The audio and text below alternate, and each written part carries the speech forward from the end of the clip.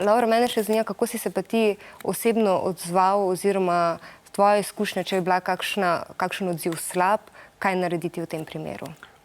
Zdaj, v bistvu, te situacije sem jaz dokaj previdno izbiral. Na začetku, komu sem povedal, komu ne. Zato sem, tako kot je Mateja v bistvu povedala, bil pripravljen sicer na negativne odzive. Na srečo v teh nekih bližnjih razkritjih jih nisem imel. Doživel sem nekaj negativnih odzivov iz nekih širših krogov, ampak v bistvu tudi, če imaš neke prijatelje, ki te razumejo, če te načeloma družina podpira, je dokaj enostavno se pač obrniti stran, vsi pa pač nimajo te sreče, ne.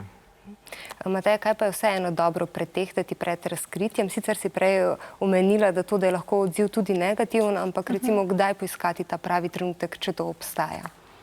Vsekakor ni primeren trenutek, tako kot je Lovro rekel, na vrat na nož. To se pravi, je smiselno, sploh ko se razkrijemo staršem, ta dogodek malo načrtovati.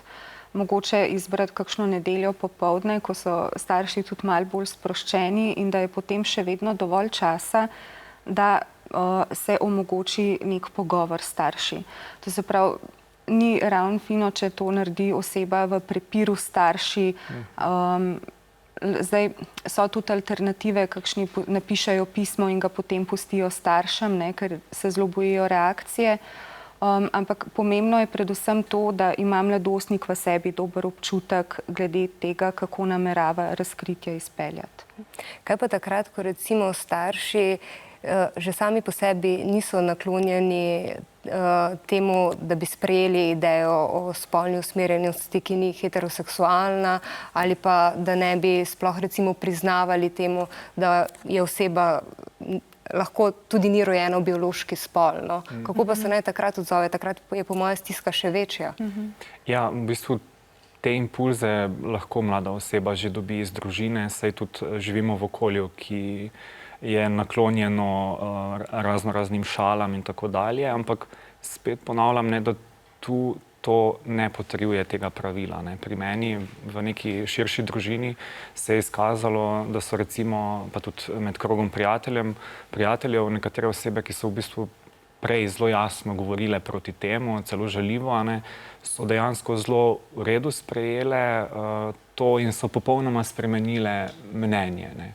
Ker konec koncev ti še vedno ostaneš ista oseba, ki te poznajo, te spoštujejo, si njihov prijatelj in ljudje potem razumejo, da v bistvu to tebe na tak način ne spremeni. Pač samo nekaj več vejo o tebi, ne.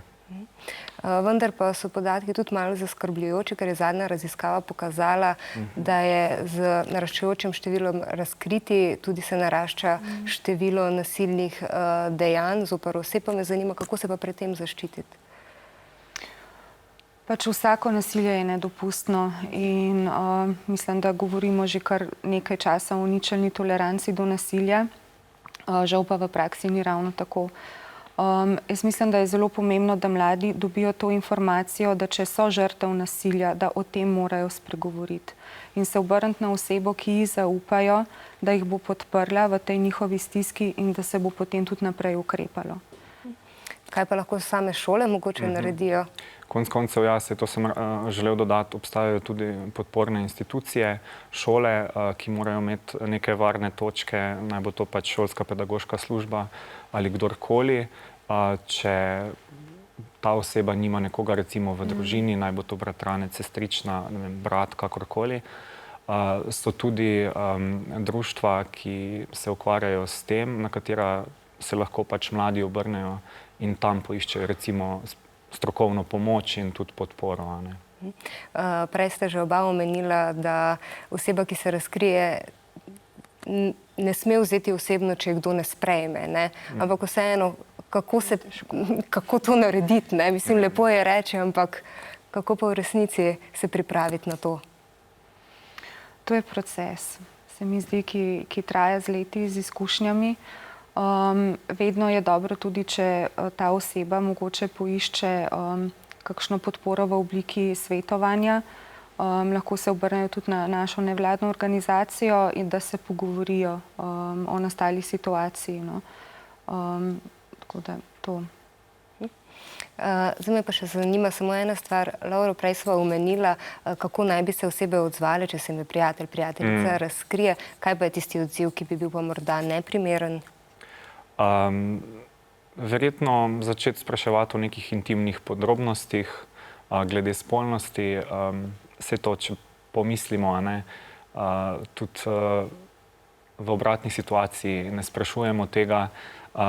In jaz tudi tako povem, jaz tudi tebe ne sprašujem, kakšno spolnost imaš ti, in ljudje hitro razumejo. Tako da mogoče to so v bistvu ta vprašanja, ki bi bila neprijetna za transspolne osebe, pa mogoče ti, Mateja. Tako je, jaz pravim, da najbolj primerna varovalka je ta, da se oseba vpraša, ali sprašujem to zato, ker zdaj vem, da je ta oseba transspolna oseba, ali bi to vprašal vsako osebo. Če je odgovor, vprašal bi vsako osebo, potem ok, ja, vprašaj. Če je pa to temelji samo na tej informaciji, da jaz vem, da je zdaj pred mano transspolna oseba, potem pa tega ne sprašujemo. Ja, pa tudi želim to jaz biti vprašana ali pa vprašan. Ja. Da se probamo živeti in biti empatični. Točno to. To je pa verjetno tudi en recept za lepši svet.